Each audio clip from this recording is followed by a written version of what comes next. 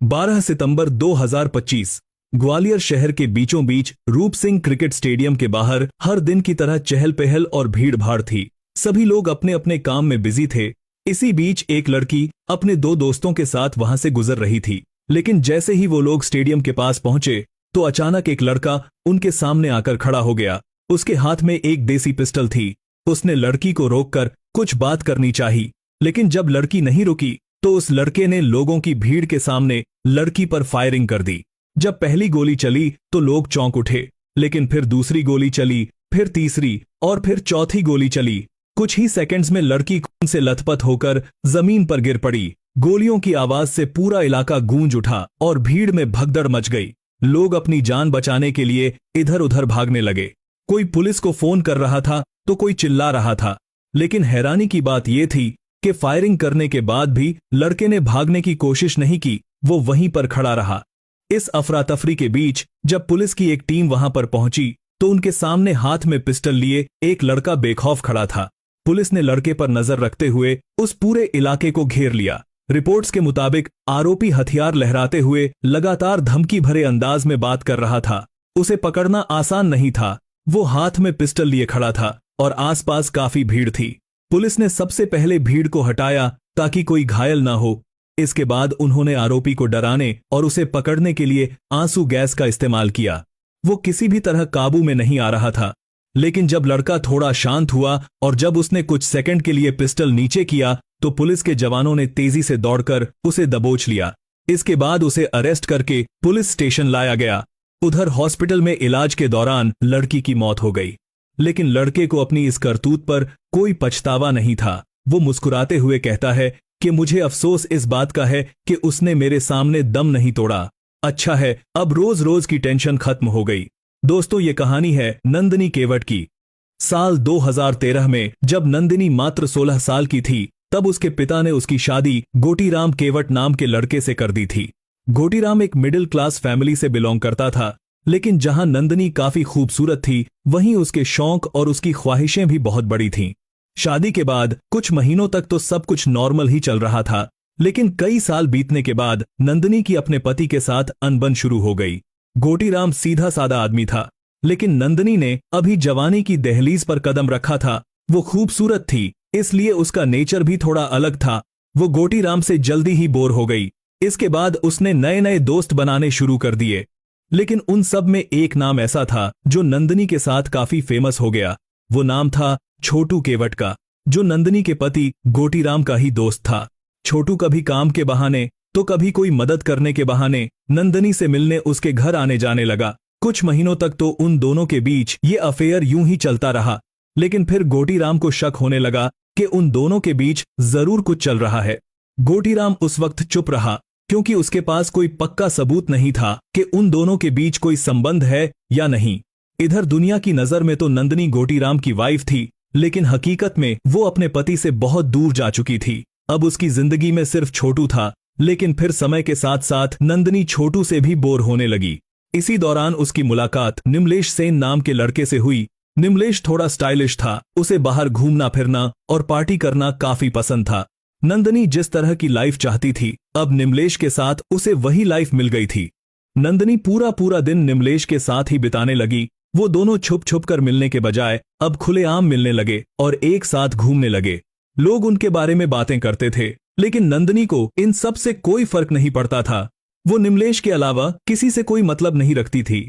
लेकिन फिर धीरे धीरे उसे एक से बढ़कर एक हैंडसम और अमीर लोग मिलते चले गए, और इस तरह शादीशुदा नंदिनी कई लड़कों के साथ रिलेशन में आ गई। लेकिन इनमें सबसे ज्यादा अहम नंदिनी का तीसरा बॉयफ्रेंड था, जिसका नाम था फिरोज खान। फिरोज ब्रांडेड कपड़े पहनता, महंगे मोबाइल चलाता, महंगी बाइक और गाड़ियों का शौक। फिरोज का यूं अपनी लाइफ को शो ऑफ करना नंदिनी को बहुत ज्यादा अट्रैक्टिंग लगता था। और फिर यहीं से नंदिनी एक ऐसी दलदल में फंसती चली गई जहां से जिंदा बाहर निकलना उसके लिए मुमकिन नहीं था। असल में उस वक्त नंदिनी ने निमलेश को भी नहीं छोड़ा था। यानी एक तरफ तो उसका अफेयर निमलेश के साथ चल रहा था, और वहीं दूसरी तरफ वो फिरोज के साथ भी रिलेशन में थी। लेकिन न जाने किस तरह उसके और फिरोज के अफेयर के बारे में उसके दूसरे बॉयफ्रेंड निमलेश को पता चल गया। अब नंदिनी की इमेज पहले जैसी नहीं रही थी। उसका पति गोटीराम भी उससे काफी दूर जा चुका था। घर में हस्बैंड वाइफ का रिश्ता सिर्फ नाम मात्र का ही रह गया था। इधर नंदनी का दूसरे बॉयफ्रेंड निमलेश के साथ तीसरे बॉयफ्रेंड को लेकर रोज रोज झगड़ा होने लगा। निमलेश उसे फिरोज के साथ रिलेशन खत्म करने को कहता, लेकिन नंदनी ना तो निमलेश को छोड़ना चाहती थी और ना ही वो फिरोज से दूर होना चाहती थी। लेकिन अब उसके लिए तीन तीन रिश्तों को निभाना और हर दिन नए नए झूठ बोलना बहुत मुश्किल हो गया था। और हालात इतने खराब हो गए कि निमलेश उसे खुली धमकी देने लगा कि अगर उसने फिरोज का साथ नहीं छोड़ा तो वो उसकी सच्चाई सारे गांव वालों को बता देगा। और फिर एक दिन नंदनी का ये शौक उसे एक ऐसे खतरनाक मोड़ पर ले आया जिसके बारे में नंदनी ने कभी कल्पना भी नहीं की थी। दरअसल साल 2017 में एक दिन निमलेश अचानक गायब हो गया।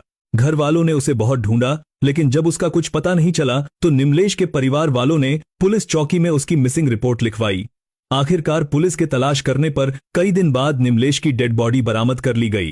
क्योंकि मामला साफ था, इसलिए नंदनी पर ही आरोप लगा कि उसने ही अपने साथियों के साथ मिलकर निमलेश का मर्डर किया है। इसके बाद नंदनी को अरेस्ट करके जेल भेज दिया गया। लेकिन इस केस ने नंदनी की दुनिया ही बदल कर रख दी। वो 4.5 साल तक जेल में रही और साल 2022 में सबूतों की कमी और गवाहों के पलट जाने की वजह से कोर्ट ने नंदनी समेत सभी आरोपियों को बरी कर दिया। जेल से छूटने के बाद नंदनी की जिंदगी तबाह हो चुकी थी, इसलिए साल 2022 के लास्ट में एक नई जिंदगी की शुरुआत करने के लिए नंदनी ग्वालियर आ गई। ग्वालियर में उसने एक ब्यूटी पार्लर खोल लिया। इसी दौरान उसकी मुलाकात ठेकेदार अरविंद परिहार से हुई। हालांकि एक रिपोर्ट के अनुसार यह भी कहा जाता है कि इन दोनों की मुलाकात निमलेश सेन केस के दौरान ही हुई थी। जहां नंदनी उस मामले में आरोपी थी, वहीं अरविंद उस वक्त उसका समर्थन करने वालों में शामिल था और यहीं से उन दोनों में जान पहचान हुई थी। समय के साथ साथ उन दोनों की बातचीत आगे बढ़ती रही। कभी कॉल पर तो कभी सोशल मीडिया पर लंबी लंबी बातचीत होती। फिर धीरे धीरे उन दोनों में नजदीकियां बढ़ने लगी। नंदनी की जिंदगी में उस वक्त उथल पुथल मची हुई थी। अरविंद ने उसे सहारा देने की कोशिश की। शुरुआत में तो वो दोनों दोस्त ही थे, लेकिन जल्द ही ये रिश्ता प्यार में बदल गया और बात शादी तक पहुंच गई। इसके बाद 2023 में उन दोनों ने बिना घर वालों को बताए आर्य समाज मंदिर में शादी कर ली। लेकिन कहते हैं कि जिस रिश्ते की नींव ही तनाव और विवादों के बीच रखी गई हो, उसमें खुशियां ज्यादा दिनों तक टिक नहीं पाती। शादी के शुरुआती दिनों में तो सब कुछ ठीक था, लेकिन धीरे धीरे अरविंद और नंदनी के रिश्तों में खटास आने लगी। नंदनी का खुला स्वभाव और उसका सोशल मीडिया पर एक्टिव रहना अरविंद को पसंद नहीं था, और इसकी सबसे बड़ी वजह थी नंदनी के पुराने रिश्ते। उसके पुराने दोस्तों और बॉयफ्रेंड्स होने के कारण अरविंद को लगता था कि नंदनी अब भी किसी और के साथ रिलेशन में है। वहीं नंदनी को लगता था कि अरविंद उस पर शक करता है, वो उसकी आजादी छीनना चाहता है और वो उसे घर में कैद करके रखना चाहता है। बस यहीं से उनके बीच झगड़े होने लगे। लेकिन छोटी छोटी बातों से शुरू हुई ये बहस धीरे धीरे एक बड़े झगड़े में बदल गई और साल 2024 में ये मामला पुलिस स्टेशन तक पहुंच गया। नंदनी ने रिपोर्ट दर्ज कराई कि अरविंद का पूजा परिहार नाम की लड़की के साथ अफेयर है, जिसकी वजह से अब अरविंद उसे मारना चाहता है। उसने ये भी आरोप लगाया था कि एक बार अरविंद ने उसे गाड़ी से कुचलकर मारने की भी कोशिश की थी। मामले की गंभीरता को देखते हुए पुलिस ने अरविंद को अरेस्ट करके जेल भेज दिया। अरविंद 3 महीने तक जेल में बंद रहा, लेकिन जब वो जेल से बाहर आया तो नंदनी ने उसे ब्लैकमेल करना शुरू कर दिया कि अगर वो अपनी प्रॉपर्टी उसके नाम नहीं करेगा तो वो उसे फिर से झूठे केस में फंसा देगी।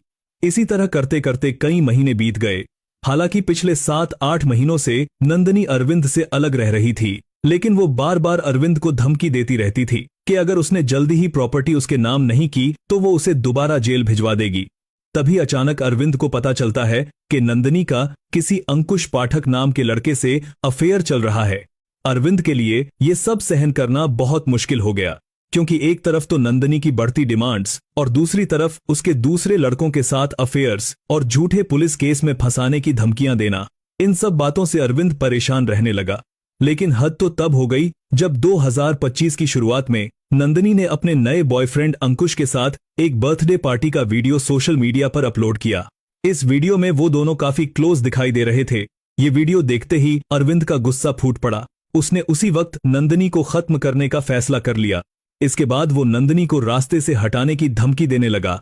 इसी दौरान 9 सितंबर को नंदनी ने एसपी ऑफिस की जन सुनवाई में जाकर साफ कहा था कि अरविंद उसे मार डालेगा। उसने कहा था कि वो सनकी है और वो मुझ पर कभी भी हमला कर सकता है। लेकिन उस वक्त पुलिस ने नंदनी की बात को सीरियसली नहीं लिया था। इसलिए 12 सितंबर 2025 को नंदिनी एक बार फिर प्राइवेट वीडियोस वायरल करने और जान से मारने की धमकी देने को लेकर एसपी ऑफिस में अरविंद के खिलाफ शिकायत करके लौट रही थी। उस दिन उसके साथ उसका बॉयफ्रेंड अंकुश पाठक और कल्लू पांचाल भी था। वो तीनों एक ऑटो में बैठकर जा रहे थे, लेकिन तभी अचानक अरविंद परिहार पीछे से एक ऑटो में आया और उसने नंदिनी को उसके ऑटो से बाहर खींच लिया। अरविंद के हाथ में पिस्टल देखकर ऑटो ड्राइवर और नंदिनी का बॉयफ्रेंड अंकुश पाठक भी नंदिनी को अकेला छोड़कर भाग गए। इसके बाद अरविंद नंदिनी को रोड के किनारे ले गया। वहां उन दोनों के बीच कुछ बातचीत हुई, लेकिन फिर अचानक अरविंद ने नंदिनी पर गोली चला दी। नंदिनी भागने की कोशिश करती है, लेकिन अभी वो रोड के बीच में ही थी। तभी अरविंद ने उसे एक गोली और मार दी। नंदिनी वहीं पर गिर पड़ी और फिर एक के बाद एक अरविंद ने 5 फायर किए, जिनमें से 2 उसके चेहरे पर लगी, 2 उसके पेट में और एक सड़क पर लगी। अचानक फायरिंग होते देख लोगों की भीड़ इकट्ठा हो गई। कोई चिल्ला रहा था तो कोई वीडियो बना रहा था। हालांकि अरविंद चाहता तो वहां से भाग सकता था, लेकिन उसने ऐसा नहीं किया। वो वहीं रोड पर बैठ गया। फिर उसने अपना मोबाइल निकाला और वो फेसबुक पर लाइव आ गया। पब्लिक चाहकर भी कुछ नहीं कर पा रही थी, क्योंकि अरविंद के हाथ में पिस्टल था। पुलिस ने भी अरविंद को पकड़ने की कोशिश की, लेकिन अरविंद कभी पिस्टल को अपनी कनपट्टी से लगाकर गोली मारने की धमकी देता तो कभी पिस्टल को वो पुलिस वालों की तरफ तान लेता। लेकिन काफी मशक्कत के बाद मौका पाकर पुलिस ने अरविंद को दबोच लिया। इसके बाद उसे अरेस्ट करके जेल भेज दिया गया। उधर नंदिनी ने हॉस्पिटल ले जाने के दौरान ही दम तोड़ दिया था। अरविंद का कहना था कि नंदिनी चाहती थी कि वो अपनी पहली पत्नी को छोड़ दे और सारी प्रॉपर्टी नंदिनी के नाम कर दे, लेकिन जब अरविंद नहीं माना तो उसने अरविंद पर झूठे केस करने शुरू कर दिए। इन सब के चलते ही आखिरकार मजबूर होकर अरविंद को ये कदम उठाना पड़ा। लेकिन अब सवाल ये है, क्या अरविंद सच बोल रहा है या फिर इस घटना की सच्चाई कुछ और है?